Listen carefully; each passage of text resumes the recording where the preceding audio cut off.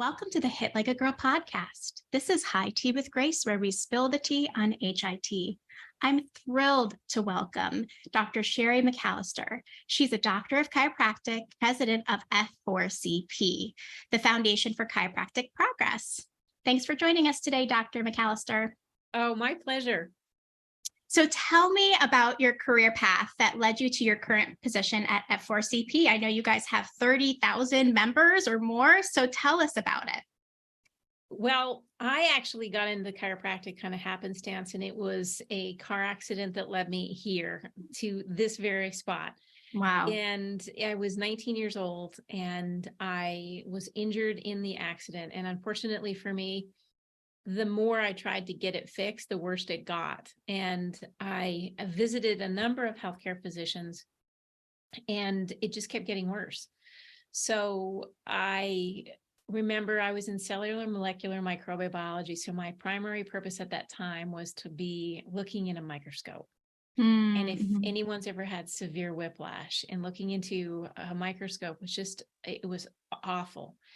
And I kept searching for a solution because I really wanted to be well. I was a very athletic individual. I wanted the spice of life. And it was very difficult to take the pain medications that I thought at the time were going to make me feel better. I thought that the pain medication was helping to cure the problem. However, I ended up with stomach problems and all sorts of unfortunate adverse events that came with the pain medications. But the worst part was I had headaches all day long, and they never went away. And there was one day I remember just thinking, should I even drop out of school? Can I actually keep doing what I'm doing? Because I'm so desperate for a solution. And it was as clear as day, even today. And just having that moment where one of my friends in the lab came up and said, why don't you try chiropractic? And I just looked at him and thought, what a bizarre thing to say. I said, well, if it would help, wouldn't they have already given me that option? And he smiled and he said, probably not. And that was the beginning to the rest of my life. Is I actually went to the chiropractor because I was so desperate, and just sitting in the waiting room and with tears in my eyes thinking, this is the last hope. And this is not even something I even understand what chiropractors do. And I walked out of there headache free. Wow. I mean, talk about purpose exploding from pain. I mean, thank you so much for sharing your journey with us. What an incredible path. Now, what is F4CP now? And how did you get there? And what's your role at the company? Okay, so becoming a chiropractor was the first step. And I was fortunate enough to open my own practice in Silicon Valley. And most that are familiar with that region of the world knows that it's super fast paced, and everything you do has to be really explicit for a purpose and an objective. And I was treating some Fortune 500 CEOs and executives so that I had all of my protocols and procedures down, that if they landed their Learjet and they got to my office in 9 minutes, because I was essentially 8 minutes from the airport, they could be in and out of my office in less than 20 minutes and back on their airplane. So I was in super tense mode to be the best chiropractor I could be. And for 25 years, I created a practice that would allow people to come from all walks of life. It was an open door. Come in, let's take care of the cause of your problem, not the symptoms, because that was one of the big pieces. And as I started to recognize that it was the larger majority of very influential and affluent that were coming to see me, I started to recognize there's a gap here, and that why are the blue collar workers, and where are the agricultural workers? Because in the area there's lots of them. Why are they not coming to see me? And I started to see the gap of education and what it meant to them and what the barriers were to care. And I was asked to volunteer for a conference in Las Vegas that the Foundation for Chiropractic Progress was at, and I had no idea what they did. And it was really just showcasing the education. And after that, I fell in love with it. And one thing led to another. And I recognized that my passion and my purpose were coming together to serve the people that may or may not be in a position where they know that chiropractic can be a solution for them. How inspiring. I mean, you're a doctor, an entrepreneur, a community leader. I'd love to kind of dive into talking a little bit about trends going on in the space that you're in. So many people, why do you think DCs are the last doctor to be consulted for back pain, even though they specialize in managing, neuromuscular skeletal conditions? Why are they the last person to be talked to? And that's exactly the purpose for me doing this job is it is an educational value statement to get the options out there. And so many think that there's only a pill for the ill. And unfortunately, that leads to a greater impetus of reliance for that pill or medication. It's kind of what I want to blow up is this is not the best kept secret. It has to be a secret that is open to everyone, so it no longer becomes a secret, and that we use chiropractic as a health care course of wellness and not just pain, because prevention, like we have professional athletes that would not go on the field until their chiropractor was there to evaluate them. Not that they needed an adjustment, which is what chiropractors call the course of care when we adjust the joints of the body.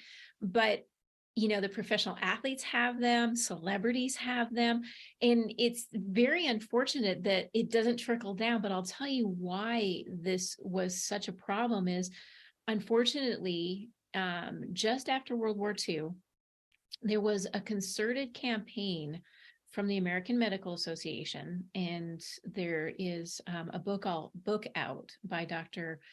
Howard Walensky and a doctor, Lou Sportelli, that played a big role in getting this information out. But the AMA had a concerted effort to drive people to medical doctors.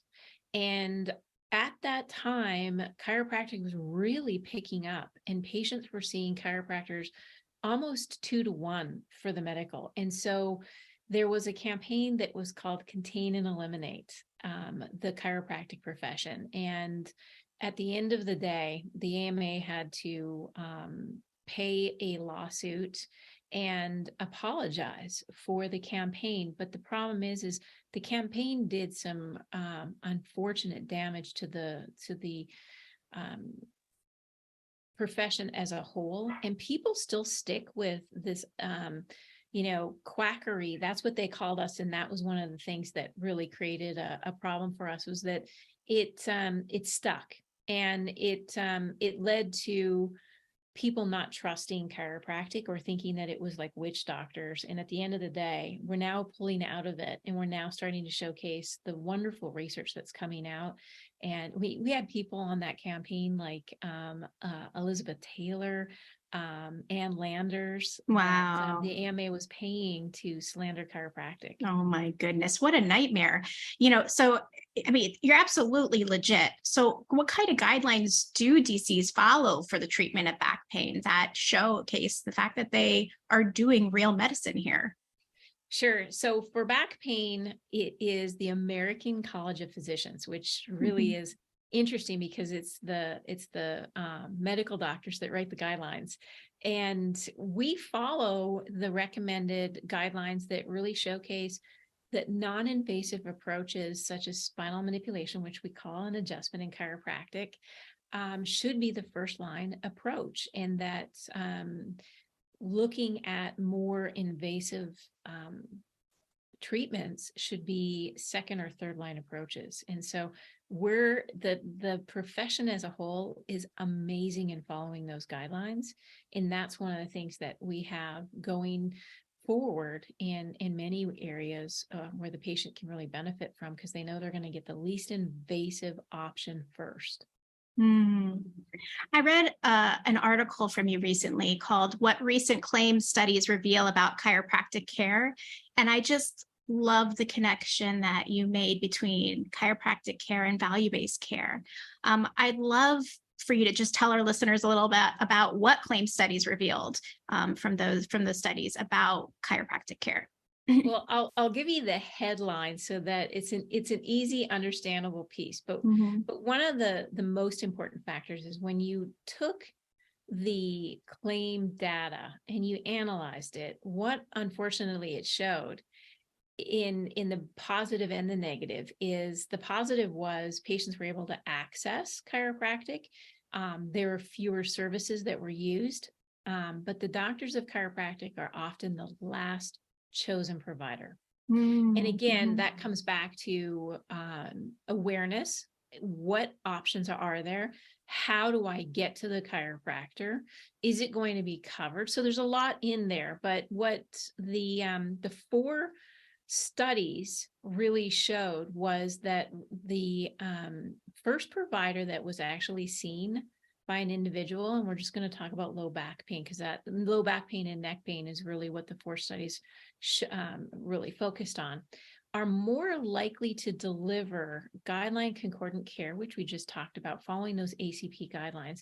And the most important part, which we need to scream from the rooftops, that we were associated with the lowest total episode cost of any type of healthcare provider. And I'm just going to say that again, because it's so absolutely incredible. When you take millions of data points and you look over the course of them, we were the lowest episode cost of any type of healthcare.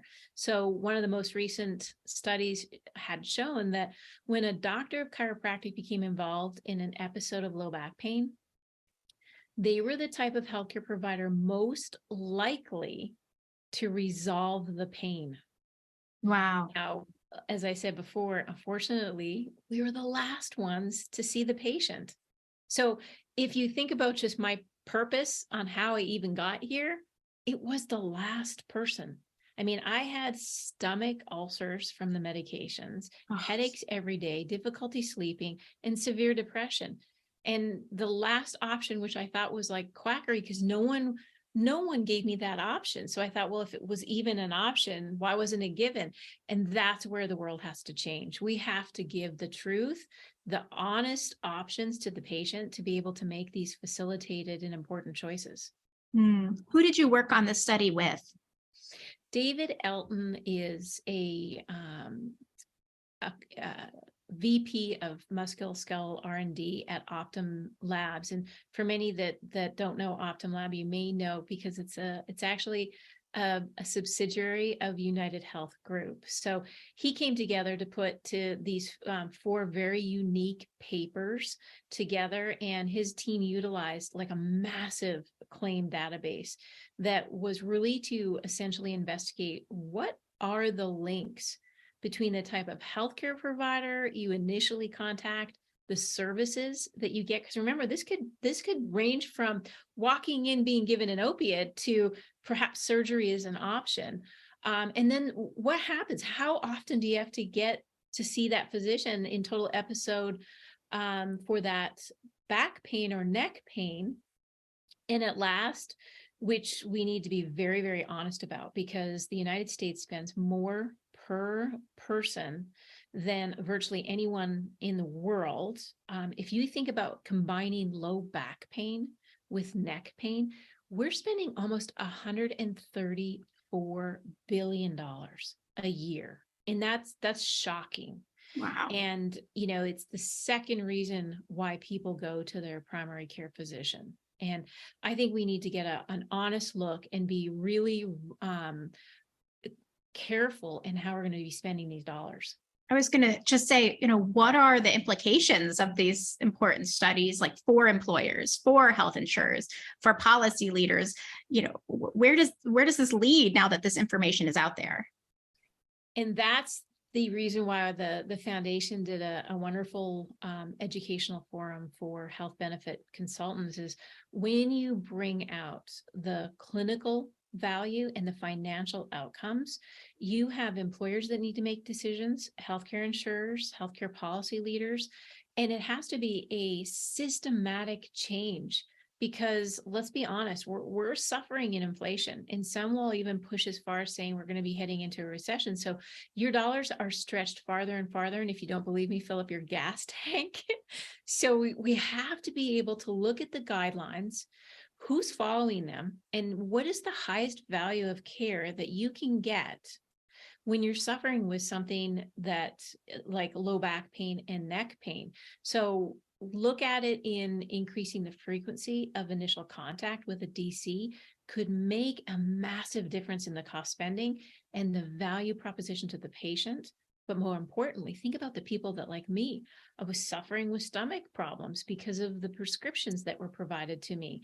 And if I had had a non-pharm option, and we actually looked at this and say, you know, our out-of-pocket spending has to be appropriate, and we need to give incentives to see a least invasive option, that would change what I think would be the future of chiropractic and the future of healthcare, is offer the non-pharm option first. And it has the benefit of reducing cost, increasing satisfaction, and ensuring that the patient doesn't suffer adverse events to taking an opiate or some other painkiller that could be causing a problem. And making sure it's available and accessible to all. I mean, all young, from young to the oldest of old, and no matter where you are. I'm wondering, what do you see as the future of innovation in chiropractic care? You know, we have a big audience of health IT folks, healthcare innovation folks. You know, what kind of cool innovations are happening in the space that excite you? I will tell you the one thing that I am continually in awe of is the brain. And the reason why is we haven't fully understood it. The heart is one piece, and we're starting to see some amazing new things about the heart that we never saw before. And if we recognize, especially for spinal manipulation, how does the nervous system and the brain connect? And can we have a role in how the brain is processing information? And that's especially when it comes to chronic pain. And the brain has a very special ability to be very, very flexible. And the question is, honestly, are we using that flexibility? It's called neuroplasticity. And over the course of the last 10 years, there's been a lot more studies in the brain and the brain function and reprogramming. So like people that have had strokes, how do we reprogram them for success? And what impact does the brain have on the tone of muscle, especially if you have had a stroke and you can't move your hand as much? But also think about dementia. This is starting to be an immensely important conversation, because we're seeing a great deal more people with Alzheimer's and Parkinson's. We need to study the brain, how chiropractic works with the neuromusculoskeletal system, and then innovate the system so it works at its peak, because there's a reason why chiropractic is on hieroglyphics in pyramids. It's simplicity. Mm-hmm. When something is simple, it can be used so well. And that's kind of the beauty of it. Truly. Now, I would love to now move on to your personal life.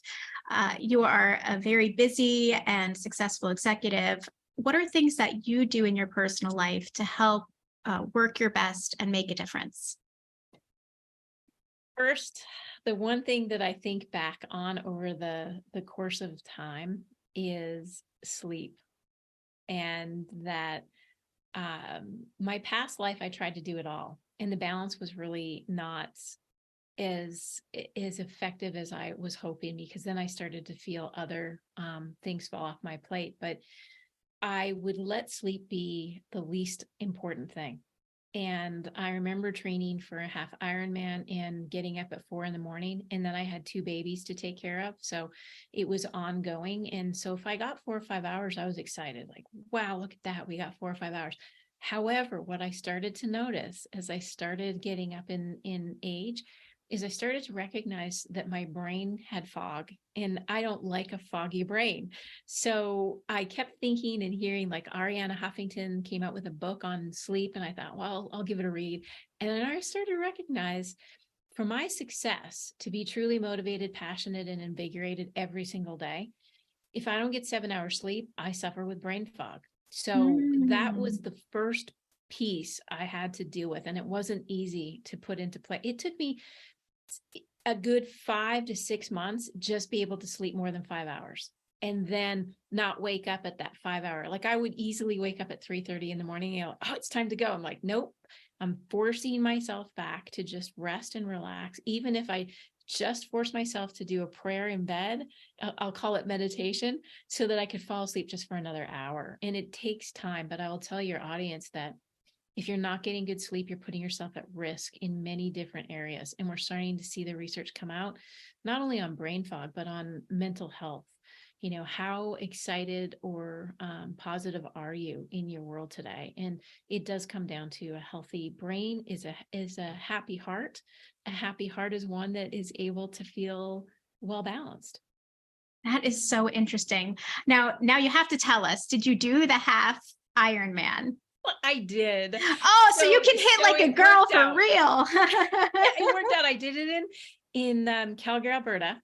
But up to that point, I didn't know how to swim. So the story goes that I had a sister from the church who reprimanded me because I had 2 small children and I didn't know how to swim.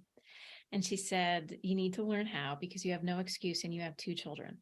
So I grabbed one of my patients who was an alternate for the Olympics, and he taught me how to swim. And then she came back, the sister from the church, and she said, now prove to yourself you can swim. And I'm like, I don't even know what that means. Or like, I can swim a lap. I mean, am I good? And she's like, no, make a goal, make a big, bold, brave, beautiful goal that you can achieve. And so I put in a raffle for Escape from Alcatraz. It's a raffle because it's an Olympic event. And no one thought I would win. And of course, my name was pulled. Wow. And so I had to swim from Alcatraz to the San Francisco Bay shores. And that was how I proved to myself I could swim. Isn't it just amazing when the women in our lives push us to do things we never think we could do because they see our potential? That's so inspiring. So from doing this incredible feat, what did you learn about yourself? I learned 2 things that I think I'll never forget, which is fear is passing. As soon as you feel fear, recognize that it is an emotion that will soon pass once you step into it and you push through it. My biggest fear was the hills in San Francisco. I was biking and there was, Olympic athletes on this track. And I saw one of them break the chain on his bike. The hill was so steep that he was sliding down the hill. And my gut, I was afraid. I was like, what happens if that happens to me? And fear is one of those moments where you start making it up and it makes worse and worse. And then you start to think to yourself, just stop that thought process, be present with where you are right now. And the fear itself will slip away and you'll be able to use your brain in a different way, which was, Sherry, just keep pedaling. Sherry, relax your shoulders. Sherry, just breathe. You can make it to the top. And I'll tell you an inspiring thing that got me to the top. There was a Brazilian woman who was in front of me. She's an Olympic athlete. I watched her pedaling out and she had as a chiropractor, the most beautiful symmetry I've ever seen in anyone. And I'm just watching her pedal. And it was just taking my mind off of the fear and putting it into watching this amazing athlete and how quickly she could transition on her bike to get up the hill. So if you're out there and you're listening and you find yourself in a fearful situation, remind yourself 2 things. It's passing, change your focus. I just love that. So inspirational. And my last question for today, why is mentorship so important, especially in the type of position that you have and in the chiropractic community? Well, like you and I being on this podcast right now, and fortunately, their mentorship is an opportunity for both the mentee and the mentor to grow. Mhm. And we brought together the Adjusted Reality podcast that we did to bring people like a whole new way of looking at things. Is that you may think of it this way, but then have someone like a mentor open your mind to the possibilities. And someone I wish was still alive that I would love to have just sat even for 20 seconds with. Mother Teresa, because she changed the way I looked at things. And one piece of that was do small things with great love. And a mentor sounds like an ominous, awesome responsibility, but really it can be just holding someone's hand for just a moment. Doesn't have to be, 27 years and 5 hours of your day, because that's the big fear when someone says, will you mentor me? Absolutely. Let's talk about where your greatest weaknesses are and then start building around it. And I think that's what mentorship really is. It's a hand up. And I think that the mentor actually gets more out of it than the mentee, because they grow too. And it's such a beautiful relationship of yin and yang and coming together. I love that. So to finish this conversation off right, where can our listeners find you online? We know you have a podcast. Where else can they find you? So f4cp.org is our foundation website if you want to learn anything about chiropractic. We also have, if you have never seen a chiropractor or decide, you know what, I'd like to see one. I don't know much about it. You do not have to go to a chiropractor because you're in pain. You can simply get an analysis, and that chiropractor will take care of you and your family. And if something does happen, that you'll have that relationship already built. And it's a strong relationship. The one thing that I often see is comments coming back that, oh, I love my chiropractor. I'll be on an airplane. I'll be sitting there. I'll open up my slides because I'm doing a presentation. And the person next to me will go, are you a chiropractor? And I say, yes. Oh, I love my chiropractor. And they go on for 5 minutes on how great they are. If you're looking to find a chiropractor, you can go to f4cp.org/find a doctor, and that will give you an area to which you live and some options to hopefully find the chiropractor that you will thrive with. That's terrific. Now, before I forget, did you happen to bring tea with you today? I certainly did, in my handy dandy cup. Tell me about your mug. So this says 50 years, and that's not my age. And that goes on the down low, but it's 50 years celebration. And it's the Alaskan Chiropractic Society, to which I went in October. And it was a monumental event on several reasons. One was it was their celebration of 50 years in existence, but two, they had an extraordinary panel to come together at that event. And the panel was life-changing, and it brought forth reasons. Alaska, unfortunately, suffering with the highest opioid addiction in all of the country, but it brought forth the options that are available and the people that are willing to help, from the firefighters to the police officers to the senators. They were all coming together for the greater good. And so this tea mug is the 50 years at that event. But then they were very kind, and they actually put my name on the back, Dr. Sherry. That is great. And I love the color favorite too. Oh, that is such a great story. And what an amazing trip, and just thing to be a part of, just helping the folks there in Alaska.